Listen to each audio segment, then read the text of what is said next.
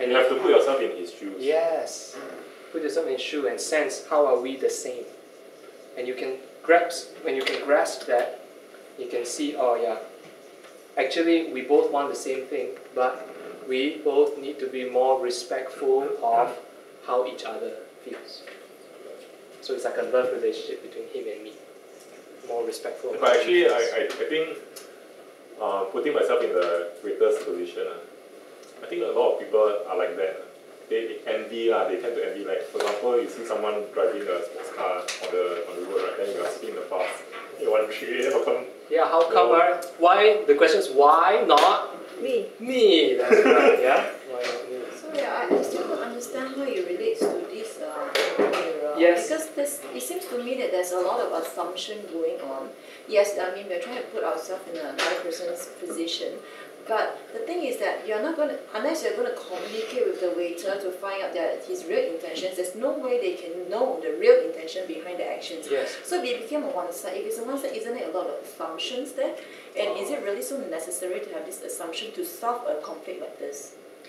And how does it relate back to this yes. theory? Okay. Well, first we must go back and look at the presupposition. Okay, means the assumption that every behavior has a positive intention. Okay. Now, have you ever done anything with negative intention in your life? Can anyone say, have you ever done anything with negative intention? Yes or no? Certainly at a certain point of our life we do. Okay, example? It could be a white lie. Okay, a white lie, right? You told a white lie, that's a bad behavior. But it's with a? Kind intention. Positive intention. So even if you do bad things, you're doing it with positive intention. And like for him, even though he did a bad thing, but inside he wants something for himself, it's positive. For me, even though I shoot daggers at him, but I want something for myself, it's also, to me, is a positive for myself. Right? So no matter what the behavior, there's always a positive intention behind. And across all people. And if you can identify what that is for each person. Positive for that one person's benefit. Yes. Yes. This is what we mean by seeing yourself in another. I see myself in you. Yeah, I know what you are looking for. And I actually wanted that for myself. Because if it's only when we cannot acknowledge the positive intention of other people, that's when we will come into conflict. Okay? Means that's when you have things like, you are doing this on purpose. Why are you making my life difficult? It's because we cannot see and acknowledge the person's positive intention, even if it's for themselves. So until we can see ourselves in another person and be okay with that, then this thing, what you call conflict or attachment, can be released. Okay? We won't come into conflict if we are okay with each other. But actually, when I think about it, see, let's say you put yourself in someone's shoes, right? You're actually looking through his eyes, but the perspective is from your own perspective, right? It's based on your own thinking, your own. Yes. I mean, like, it's not necessarily 100% true that he's thinking that way, but it's based on your assumption that, okay, he should think this way. Yes. He may not be thinking that way. Exactly. It may not be exactly thinking that way, but let me ask a simple question. Who's carrying the anger? You. Yeah, you. So if you are carrying the anger, what kind of effect is that having on your life? You're actually trying to change the way you respond. Yes, so that you can create a positive result. As long as you hold on to the judgment, as long as you hold on to the frustration, you will keep getting negative result. Right? You see that little judgment totally soured the whole day. It totally destroyed the evening. Right? Because it's from inside me. So you're actually trying to add this thing called, I mean, like, okay, the way you respond, right, the outcome, you're changing the outcome by changing your response to the situation.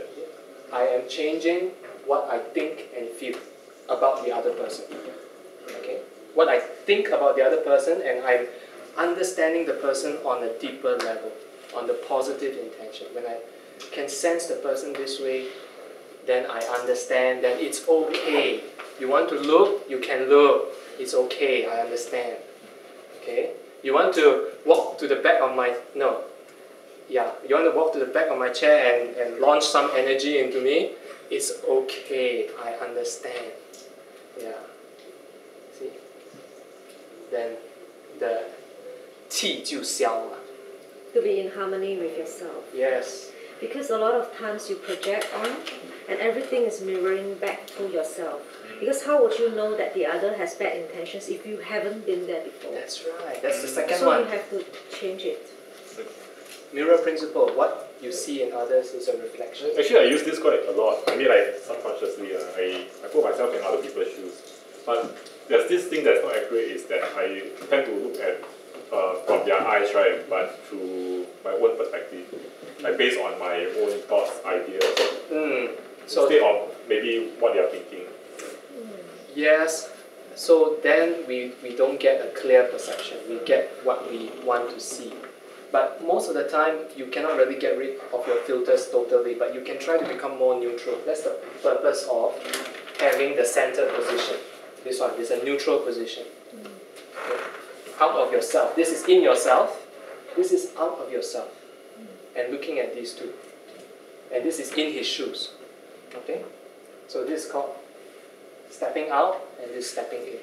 That's called detachment. Yes. Yes. Detach from yourself. You know, if you are always stuck in yourself, that's called what? E word. E. Go, ego. Go. You're always in your own field, Yeah. my dear. That's right. But I learned something new. Actually, what I tend to do is I always put myself in other people's position and put myself in my own position, but I don't put myself outside the situation to look at both persons. So that's your point for growth. You need to step out and be neutral first. Then you can see things clearly. Then you see with a wide eye. Yes. Okay. So remember that one. Number 2, what you see in others is a reflection of you. What I saw in the waiter, thumbs up, no, right? Is actually in my past. I was there too. I know what it's like. Okay. So it's a reflection of me, and that's why we're in conflict. It's because we cannot both accept our own thumbs-upness and acknowledge that another guy has it. That will go into a new dictionary. Dictionary. Okay. We have to acknowledge and understand that it's okay. We are guys, it's like that. Alright? But what's the thing in between the green color thing? Resonance. So that means when you can see yourself in another, you have resonance. You can connect. You connect. Yeah.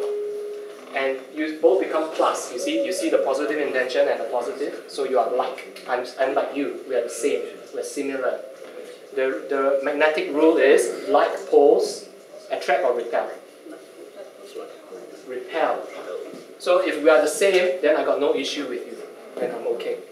But if we are net opposite poles, meaning I see there's something wrong with you, I'm plus and you are minus, then we are attracted to each other, then we got conflict in life. We keep wrestling until we can sort it out.